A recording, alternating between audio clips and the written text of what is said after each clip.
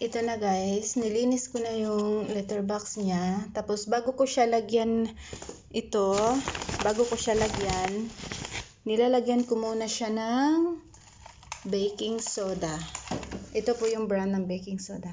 Yan po.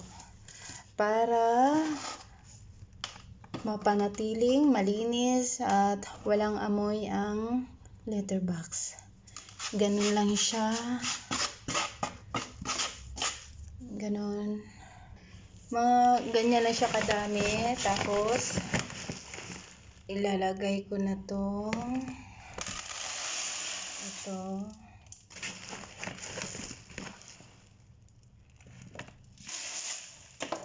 By the way, ang brand pala nito is, ito siya, Optima Plus.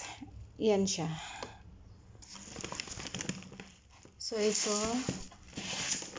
Tapos, mga ganyan siya kadami. Tapos na ang first layer. So,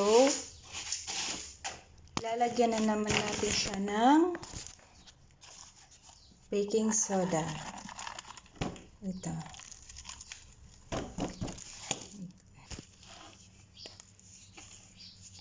Mga ganyan lang siya kadami, guys. May iba kasi buo-buo. Kaya pinino ko siya.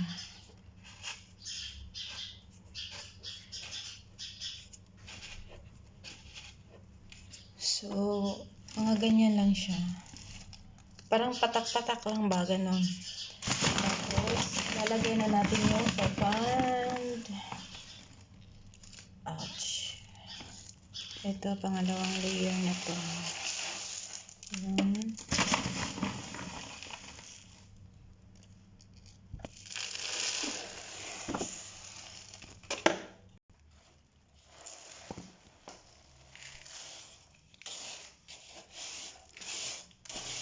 Isa lang naman yung pusa ko, so okay na yan siya, mga ganyan lang siya kadami.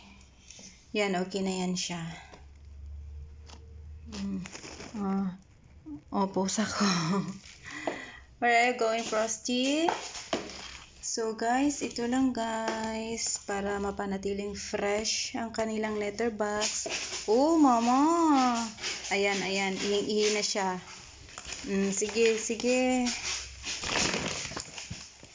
Ihing-ihi na yan. Katatapos lang yung naligo.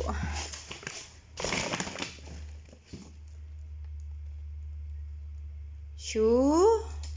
Frosty? Mama?